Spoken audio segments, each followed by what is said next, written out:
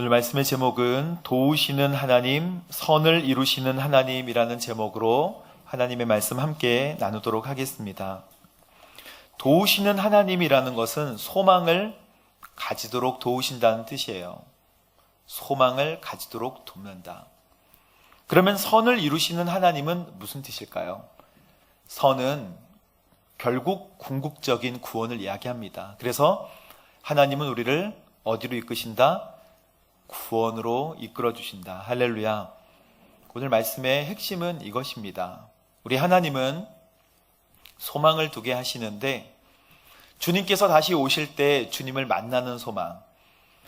여러분, 저는 이 생각을 하면 너무너무 기쁘다가 또 다른 일에 집중하면 그 감동을 까마득하게 잊어버리고 소망에 대해서 저조차도 잃어버릴 때가 너무나 많습니다. 성경에서 우리 하나님께서는 소망은 닻이라고 말씀하고 계세요. 흔들리거나 움직이지 않도록 꽉 붙들어 주는 것이 바로 소망입니다. 근데 이 소망은 사실 잃어버리기 쉽기 때문에 성령님께서 꽉 붙들어 주셔야 합니다. 그래서 성령의 열매 중에 오래 참음이 필요한 것이죠. 그리고 선을 이루시는 하나님은 성도의 구원을 끝까지 이끌어 가신다고 하는 하나님의 사랑에 대해서 오늘 말씀하고 있습니다. 여러분, 오늘 5구절밖에 되지 않는데 저는 너무너무나 고민이 많았어요. 어렸을 때부터 들었던 아주 익숙한 말씀인데 이렇게 귀한 말씀을 내가 어떻게 전할 수 있을까? 그래서 쉽게 전할 수 있을 것 같았는데 너무너무나 어려운 거예요. 왜 그럴까요? 하나님의 사랑과 그 은혜와 성령님의 역사하심을 내가 생생하게 내 입으로 전하기가 어렵다고 느껴져서 하나님 앞에 엄청나게 많이 고민하고 무릎 꿇고 엎드렸습니다. 여러분, 우리가 지금 말씀을 볼 때, 로마서 말씀을 볼 때 이 로마서 말씀은 지금 로마에서 믿음 생활을 하고 있는 로마 교회, 앞으로 더 큰 환난과 어려움 가운데 있을 로마 교회 사람들에게 지금 편지를 쓰면서 너희는 죄로부터도 분리가 됐고 너희는 율법으로부터도 분리가 됐고 죽음으로부터도 해방이 되었지. 그러므로 이제는 너희들에게 정죄함이 없어. 이렇게 얘기하는 내용 중에 이제 8장의 내용을 보고 있는 것입니다. 그런데 8장의 내용 중에 중요한 내용은 이제 성령님께서 역사하시는 그 놀라운 능력을 경험해야 된다고 말씀하고 계세요. 그렇지 않으면 시험과 어려움과 고난을 이길 수가 없다는 것입니다. 그런데 우리가 장착해야 하는 엄청난 하나님에 대한 믿음과 확신 중에 중요한 2가지를 하나님께서는 강조해서 설명하고 계시는데 너희는 양자가 되었다 이거예요. 너희는 하나님의 자녀가 되었다는 것입니다. 할렐루야. 우리는 이것을 자꾸 까먹지만 하나님을 아버지라고 부르는 것은 양자가 되었다. 근데 이 양자는 누구로 말미암아 되었고 누구로 말미암아 확신을 갖냐면 성령님으로 말미암아 내가 양자가 되었구나. 또 양자 삼아주시는 작업도 성령님께서 하십니다. 우리 지금 이 가운데 함께 운행하시는 성령님이요. 여러분, 양자가 되심을 진짜 믿으시게 되기를 바랍니다. 우리는 이미 신분이 달라졌어요. 죄와 사망의 법에서 생명의 성령의 법을 가진 사람으로 바뀐 것입니다. 그런데 우리 느낄 수 없지만 양자가 되면 받는 권리가 있는데 상속자가 되는 거예요. 상속자. 그래서 하나님의 나라의 유업을 그대로 물려받는 것입니다. 상속은, 돈에 대한 상속은 굉장히 민감해요. 저도 서빙고에 있을 때 늘 새벽 기도할 때 상속에 대한 문제로 기도 요청을 하시는 분들이 참 많으셨습니다. 그래서 아버지가 내게 이것을 물려줄 것인가? 아니면 어머니는 왜 이걸 주지 않으시는가? 형제들은 왜 이거를 나누지 않는가에 대한 내용들이에요. 이 많은 내용들이 돈에 관련된. 그러나 우리는 하나님의 상속에 대해서는 가볍게 생각합니다. 하나님의 상속은 하나님의 영광을 물려받는 것. 그래서 그것은 지금 있는 고통과 비교할 수 없는 영광이라고 했습니다. 무거운, 비교할 수 없는. 근데 이것은 눈에 보이는 것이 아니기 때문에 지식으로는 알지만 마음으로 믿기 어려워요. 그래서 성령님의 역사가 중요하다라고 말씀하고 계십니다. 여러분, 톨스토이의 사람은 무엇으로 사는가라는 책을 읽어보신 분들이 많으실 거예요. 그 중에 그 책이 유명한 것은 마음속에 주는 울림이 있기 때문인데, 천사 미가엘, 거긴 미하엘이라고 나오는데요. 미가엘이 땅에 내려와서 하늘로 올라갈 때 세 가지 질문에 답을 찾지 못하면 못 올라가는 거예요. 그런데 그 중에 두 번째 질문이 사람에게 허락되지 않은 것이 무엇인가 라는 내용입니다. 구두수선공을 돕는 그 미하엘이 솜씨가 좋아서 구두수선을 이렇게 하고 있다가 어떤 부자가 1년 동안 아주 튼튼하게 신을 신발을 좀 만들어 달라고 부탁을 하죠. 그런데 그때 이 미하엘이 알았어요. 미소를 쓱 지으면서 사람에게 허락되지 않은 것이 무엇인지 알았다. 그 사람이 오늘 내일 죽을 것을 이 사람은 스스로 모르고 있구나. 그래서 구두를 만들지 않고 슬리퍼를 만듭니다. 왜냐하면 곧 죽을 거기 때문에. 그래서 두 번째 질문의 답은 사람에게 주어지지 않은 것은 자신의 미래를 알 수 없다는 것입니다. 오늘 말씀에서도 성령께서 우리의 연약함을 도와주신다고 하셨죠. 성령께서 우리의 약함을 도와주시는데 우리가 마땅히 무엇을 기도해야 할지 알지 못하지만 성령께서는 말할 수 없는 탄식으로 우리를 위하여 친히 간절히 표현할 수 없이 기도해 주신다라고 말씀하시는 이 말씀은 무엇일까요? 이게 26절인데 25절 말씀 보십시오. 만일 우리가 보지 못하는 것을 소망한다면 참고 기다려야 합니다 라고 설명한 다음에 오늘 26절이 나오게 되는 것입니다. 무엇에 대한 기다림일까요? 현재의 고난은 앞으로 올 우리의 영광과 좋게 비교할 수 없다. 그러니까 주께서 오실 때에 그 변화될 영광, 이것을 기다리는데 성령님께서 소망하게 해주시고 기다리게 해주시는 것입니다.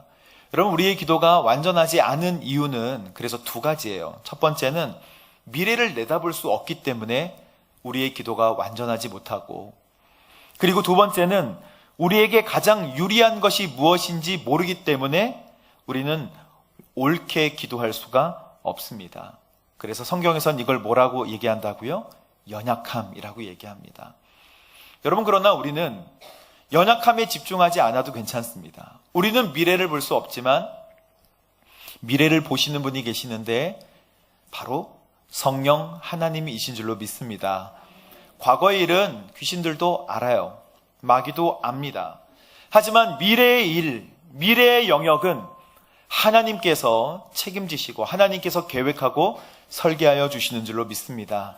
그래서 우리는 혼란스럽지 않아도 괜찮아요. 우리는 기도의 제목에 대해서 어눌한 기도를 할 수밖에 없어요. 하지만 이 기도를 주님께 맡길 때 주님께서는 완벽하게 우리의 인생을 책임져 주시겠다고 지금 말씀하고 계시는 것입니다. 할렐루야. 그래서 성령의 오래 참음의 열매도 맺으시고 말할 수 없이 탄식하는 마음으로 우리를 위하여 기도하시는 이제 성령님을 꼭 붙드시게 되기를 바랍니다. 기도는요, 오늘 5구절인데 27절의 기도는 하나님의 뜻에 나를 맞추는 것이라고 이제 말씀을 하세요. 27절 말씀 함께 읽어보도록 하겠습니다. 시작. 마음을 살피시는 분께서 성령의 생각이 무엇인지를 아십니다. 이는 성령께서 하나님의 뜻을 따라 성도를 위해, 성령님께서 누구의 뜻을 따라 간구하시나요? 하나님의 뜻을 따라 성도를 위해 간구하신다. 여러분, 간절한 기도를 할 때 나에게 필요한 것들을 간구하다가 결국에는 하나님과의 깊은 만남 속으로 들어가는 체험을 해보신 적이 있으실 거예요. 우리가 하나님께 기도를 하게 되면 여러 가지 기도의 제목을 가지고 하나님 앞에 무릎을 꿇습니다. 나의 먹을 것에 대한 문제, 그리고 돈을 벌어야 되는 문제, 자녀에 대한 문제, 건강에 대한 문제, 여러 가지 문제를 놓고, 그리고 더 기도가 확장되면 나라와 민족 전 세계를 위해서 기도하기도 하죠. 하지만 첫 번째 무릎 꿇고 기도가 시작될 때는 우리의 필요 목록들을 하나님께 쭉 나열하게 돼요. 근데 이 기도가 길어지게 되면 기도를 계속 반복해서 도와주실 건가요? 말 건가요? 왜 말씀이 없으시나요? 한부터 시작해서 하나님께 막 치고받고 하는 막 잽을 날리는 기도, 이런 여러 가지 기도를 본인 스스로 하다가 한 30분 정도 지나면 30분 정도 지나게 되면 이제 기도가 달라지는 것을 느끼게 돼요. 난 모르겠시요. 왜 이렇게 말하지만 나는 모르겠으니 주님께서 알아서 해주세요. 여러분 분명히 그렇게 기도하게 됩니다. 나는 모르겠으니. 그래서 하나님께서 다 해주시기를. 근데 그 왜 기도가 그렇게 바뀌는 것일까요? 기도하다 보면 처음에는 나의 뜻을 관철하려고 기도를 하지만 기도에서 절대 시간과 만남들이 하나님 앞에 가까워지면 하나님의 영광을 보게 되는, 그리고 하나님의 임재를 느끼게 될 때 그때는 나의 뜻을 관철할 필요가 전혀 없는 거예요. 나의 뜻을 관철할 필요가 없고 하나님의 임재하심 안에 그냥 잠기게 되는 것입니다. 그래서 하나님께 치고받고 기도하지 않아요. 왜냐하면 하나님의 사랑이 느껴지기 때문에 그때는 그냥 꺼이꺼이 우는 수밖에 없어요. 그냥 울게 되고 하나님의 영광스러움에 바짝 엎드리게 되고 하나님의 그 영광을 보면 그냥 마음이 다 차기 때문에 내가 필요로 하는 기도의 제목들은 구하지 않아도 다 책임져 줄 거라는 믿음이 생기는 거예요. 그게 바로 하나님께 제가 그냥 이름 붙인 거는 엉덩이 기도라고 합니다. 엉덩이 기도. 그냥 앉아서 주님 앞에 말씀을 드리는 것입니다. 거룩하신 하나님 앞에 엎드리는 것이죠. 내 기도의 필요성을 까먹게 되고 능히 책임져 주시겠지. 지금 내가 하나님과 대화하고 있는데. 이런 기도의 경험을 하시게 되기를 주님의 이름으로 축복합니다. 5시 20분에 나오셔야 돼요. 성령께서 하나님의 뜻을 따라 성도를 위해서 간구할 때요, 이걸 도와주시는 거예요. 하나님이 우리에게 너는 나에게 구하라, 내가 그걸 도와줄게, 이거 원하시겠어요? 하나님이 우리에게 원하시는 것은 분명합니다. 내가 널 사랑한다. 나와 함께 꼭 붙잡고 교제하자. 나와 함께 꼭 붙잡고 교제하자. 부끄러운 얘기지만 어제도 아들이 와서 재워줘. 아빠랑 함께 자고 싶어. 아니야, 설교가 너무 풀리지 않아가지고 힘들어. 그러니까 그러면서 이제 가서 제가 마음이, 그래서 이제 침대에 올라가서 이렇게 꼭 안아주는데 뭐 이거 있잖아요. 그게 중요한 게 아니잖아. 뭐 이러면서 저는 부끄러운 삶을 살고 있습니다. 그런데 우리 하나님께서 원하시는 게 뭘까요? 우리가 하나님을 만나서 하나님께서 원하시는 것은 사랑을 나누는 것입니다. 날 보러 왔니? 내가 너를 사랑한다. 이거면 다 되는 거예요. 그 부가적인 것들은 우리 주님께서 마태복음 6장에 말씀하셨듯이 그 이외의 것은 구하지 않은 것도 주님께서 어련히 잘 챙겨주실까 봐 우리와 하나님과의 만남이 무릎 꿇고 기도할 때 주께서 주시는 그 영광과 내가 주님과 함께 얘기하는 그 영광스러움 안에 우리가 들어가게 되면 우리 하나님은 다 책임져 주세요. 할렐루야. 그럼 믿고 의지하시게 되기를 바랍니다. 근데 더 확신을 주시는 것은 성령님께서 이것을 도와주신다는 거예요. 요한복음 16장에 보면 예수님께서 제자들에게 얘들아, 지금은 내가 있잖아. 그런데 더 좋은 분이 오셔 성령님에 대해서 알려주는 게 요한복음 16장입니다. 거기에 함께 보시면 16장 13절 천천히 우리 함께 볼까요? 그러나 진리의 성령 그분이 오시면 너희를 모든 진리 가운데로 인도하실 것이다. 이렇게 말씀하고 계세요. 그분은 자기 생각대로 말씀하지 않고 오직 들은 것만을 말씀하시고 성령님은 본인 생각대로 말씀하시는 분이 아니세요. 하나님께 들은 하나님의 뜻대로 말씀해 주시고 앞으로 일어날 모든 일들을 너희에게 말씀하실 거야. 우리 하나님께서 성령을 주실 때 하나님의 그런 모든 영광과 권능을 예수님께서 다 받으셨잖아요. 그리고 이제 성령님을 주실 때 성령님은 너희의 모든 것을 다 생각나게 하실 거야. 이 얼마나 든든한 말씀입니까? 요한복음 16장 16절에 보면 주님께서 정말 강력한 말씀을 하셨어요. 하나님 아버지께 있는 것은 다 내 것이라 이렇게 얘기했잖아요. 하나님 아버지로부터 주어지는 그 모든 능력과 권세는 다 내 것이다. 그러나 내가 말하기를 그가 내 것을 가지고 너희에게 어떻게 하라? 알리시리라. 성령님께서 그대로 받으신 거예요. 여러분, 예수님이 육체로 보여져서 우리 가운데 있으시면 우리가 식사 대접도 하고 주님과 교제를 하겠죠. 하지만 그 예수님과 같은 권능과 권세와 능력을 가지신 분이 이제는 우리가 무릎 꿇을 때마다 우리 옆에서 말할 수 없는 탄식으로 간구해 주신다고 말씀하시는 이 말씀은 축복의 말씀입니다. 기도해야 합니다. 이걸 누려야 되고 엎드리고 기도 외에는 이런 능력이 나갈 수 없다는 것을 알고 주님 앞에 엎드려야 합니다. 여러분, 이 기도의 능력이 얼마나 대단하냐면 우리 그 선교사님 중에 콩고 선교사님 헬렌 로즈비어 선교사님은 1925년에 태어나셨는데 헬렌 로즈비어 선교사님의 짧은 간증, 영국 선교사님이세요. 근데 콩고에 가서 이제 의사로 아이들을 분만하는 것을 도와주는데 의료시설도 낙후되고 그래서 아기를 어떤 산모가 낳습니다. 그런데 산모가 죽게 돼요. 출산 중에 죽게 되고 이제 2살 조그만 아이와 그 다음에 좀 조산한 아이 이렇게 둘이 남아있는 거예요. 선교사님이 그 콩고가 적도지방에 있기 때문에 굉장히 더운 나라일 것 같지만 밤에는 바람이 많이 불고 또 춥기 때문에 아이에게 이 물팩이 필요해요. 이 물 그 봉지 고무팩 같은 게 보온 주머니가 필요한데 선교사님이 쓰던 그 보온 주머니가 터져버린 거예요.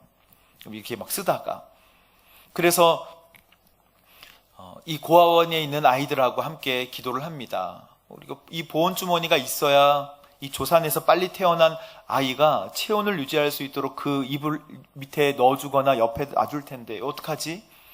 아이들이 이제 기도를 해요. 하나님, 보온 물주머니를 주세요.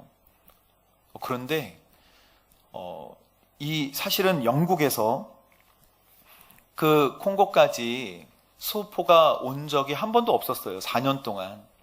그리고 소포가 하나 오게 되면 4, 5개월이나 걸려야 겨우 도착합니다. 그런데 기도하고 난 그날 오후에 반나절이 지나서 소포가 도착한 거예요. 아이들이 뛰어가서 분명히 여기에 혹시 그 물주머니가 있을까? 라고 열어봤더니 진짜 물주머니가 있는 거예요. 그리고 아이가 뛰어가서 거기에 인형도 있을 거예요. 자기네들이 그렇게 기도했나 봐요. 보니까 인형도 있어요. 하나님은 5개월 전에 그렇게 준비하셨을까요?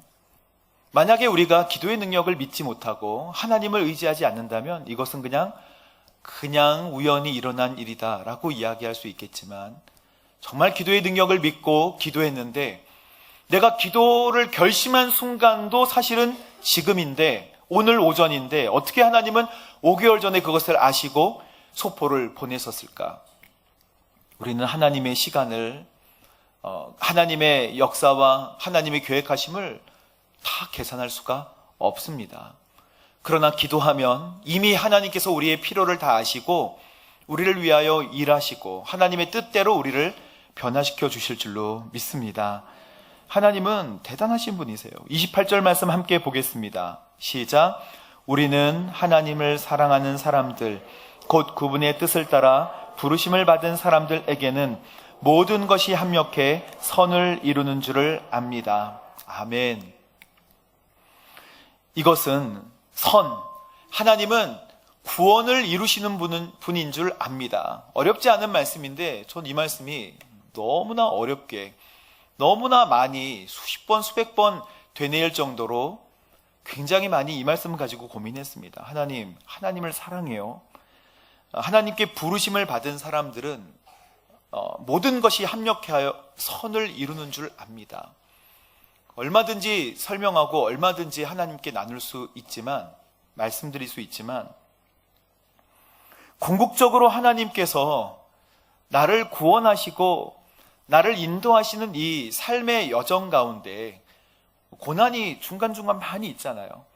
이런 많이 있는 고난에 대해서 일일이 다 설명하기가 어렵습니다 라고 저는 말씀드렸어요. 하나님, 우리 인생에 결국에는 선을 이루시고 멋진 모습으로 이루어 주실 걸 참 아는데, 중간중간에 있는 모든 고난의 문제들을 그 순간마다 다 해석하기가 참 어렵습니다. 어떻게 전해야 될까요?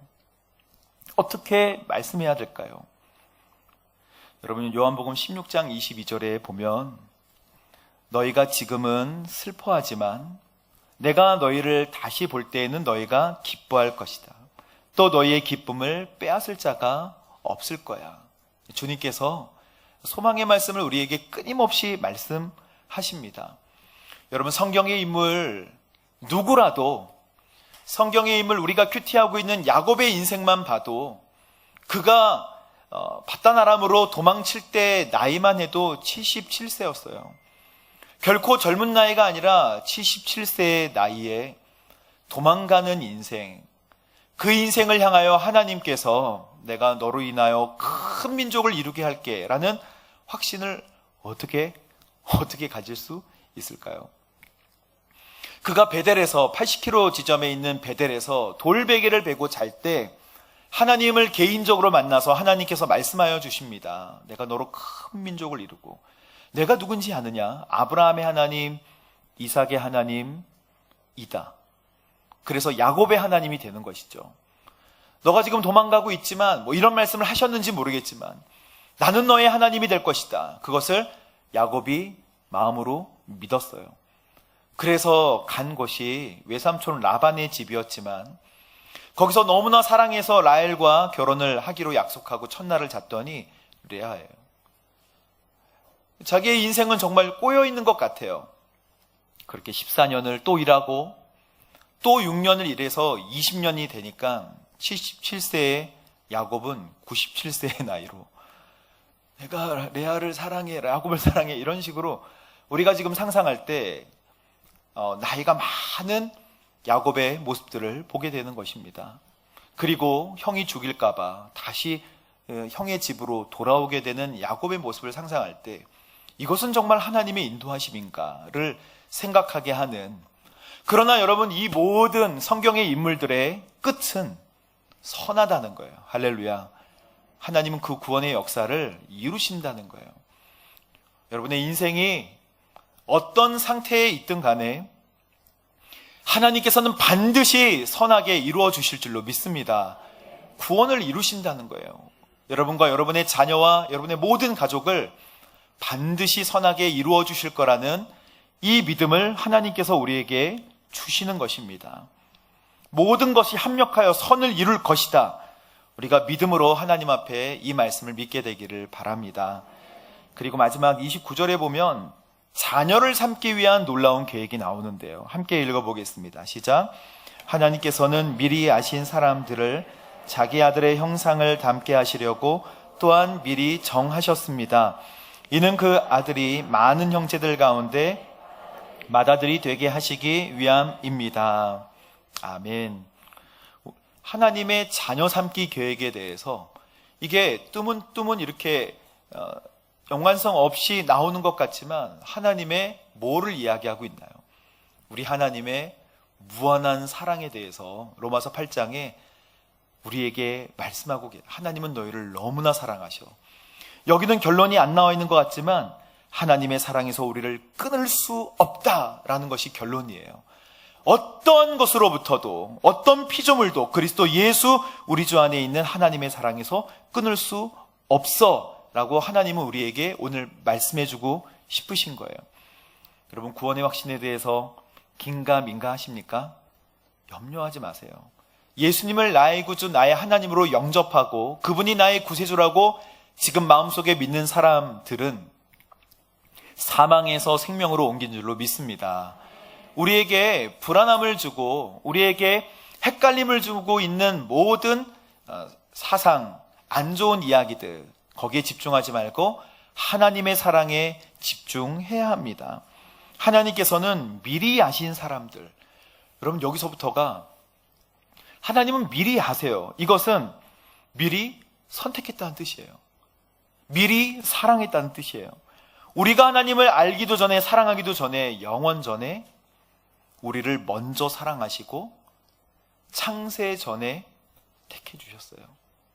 그래서 우리가 1920년대에 태어났든 30년에 태어났든 40년대, 50년대, 60년대에 태어났든 우리의 인생을 하나님께서 창세 전부터 계획하셨음을 성경은 말씀하고 있습니다. 우리가 아까 택배나 소포 오던 그 시간을 예측하고 그리고 계산할 수 없듯이 하나님의 그 계획하심에 대해서 우리가 머릿속으로 다 이해할 수가 없습니다. 그의 계획과 선택도 이해할 수가 없어요. 그런데 하나님이 미리 아신 자들을 향한, 하나님께서 미리 선택하신 자들을 향한 계획이 있는데 그 계획이 놀랍습니다. 바로 어떤 계획? 예수님을 닮게 해서 예수님의 동생을 삼는다는 거예요. 저는 이 말씀을 스쳐 지나가면서 많이 읽었는데, 예수님을 닮게 해서 예수님의 동생을 삼는다. 이게 바로 하나님의 자녀로 삼는다는 뜻 아니겠습니까?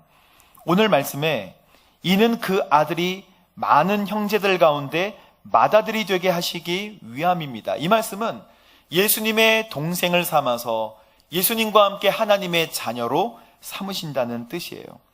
왜 그럴까요? 왜 형상을 닮게 하실까요? 하나님의 그 영광스러운 영광을 보게 하기 위하여, 하나님의 구원의 계획에 다 참여하도록 만들기 위해서. 여러분, 우리는 주님의 부활의 모습과 같이 영화롭게 되는 것을 기대합니다. 우리의 모습은 언젠가는 멀지 않아서 주님과 같은 모습으로 변화될 것입니다. 이 소망을 꼭 도와달라고 성령님께 기도하시게 되기를 바랍니다. 우리 어떤 사람이 구원을 받게 되는가? 여러분, 로마서 10장에 보면, 미리 뒷장에 가보면 주님께서 누구든지 미리 아시고 선택하셨지만, 우리는 즉시 얘기해요. 그러면 선택하신 사람만 구원에 이르는 것 아니겠습니까? 다른 사람들은 다 어떡합니까? 들러리입니까? 라고 이야기하지만 우리는 이 부분에 하나님의 놀라운 섭리를 다 이해할 수 없어요.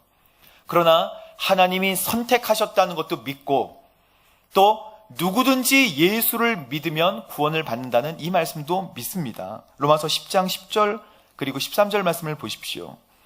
누구든지 주의 이름을 부르는 자는 구원을 받는다. 10절 시작. 사람이 마음에 믿어 의에 이르고 입으로 고백해 구원에 이릅니다. 11절 성경은 누구든지 그를 믿는 사람은, 아멘. 12절 유대 사람이든 차별이 없습니다. 동일하신 주께서는 모든 사람의 주가 되셔서 그분을 부르는 모든 사람에게 부요하십니다. 아멘. 13절 주의 이름을 부르는 사람은 누구든지 구원을 받을 것이다. 아멘. 여러분, 우리는 하늘에 속한 사람이에요. 그래서 보이는 현실 세계가 있지만 현실 세계를 넘어서 하나님 나라를 바라보도록 만드셨죠. 성령님으로 말미암아 소망을 가지고 오래 참음의 열매를 맺으시면서 구원의 확신에서 흔들리지 않게 되는 저 여러분 되시기를 주님의 이름으로 축복합니다. 기도하겠습니다. 아버지, 우리를 도우시고 또 궁극적인 구원 선을 이루게 하시는 하나님이심을 믿고 찬양합니다. 하나님, 우리의 구원의 문제가, 이 확신이 하나님 주신 말씀의 기준으로 떠나지 않도록 도와주시고, 예수님의 동생을 삼으셔서 하나님의 자녀이고 상속자로 삼으신 이 귀한 축복을 믿고 의지하며 나아갈 수 있도록 주님 인도하여 주옵소서. 우리 하나님 감사와 찬양과 영광을 올려드립니다. 구원을 주신 우리 하나님께 감사와 영광을 올려드리며 예수님의 이름으로 기도합니다.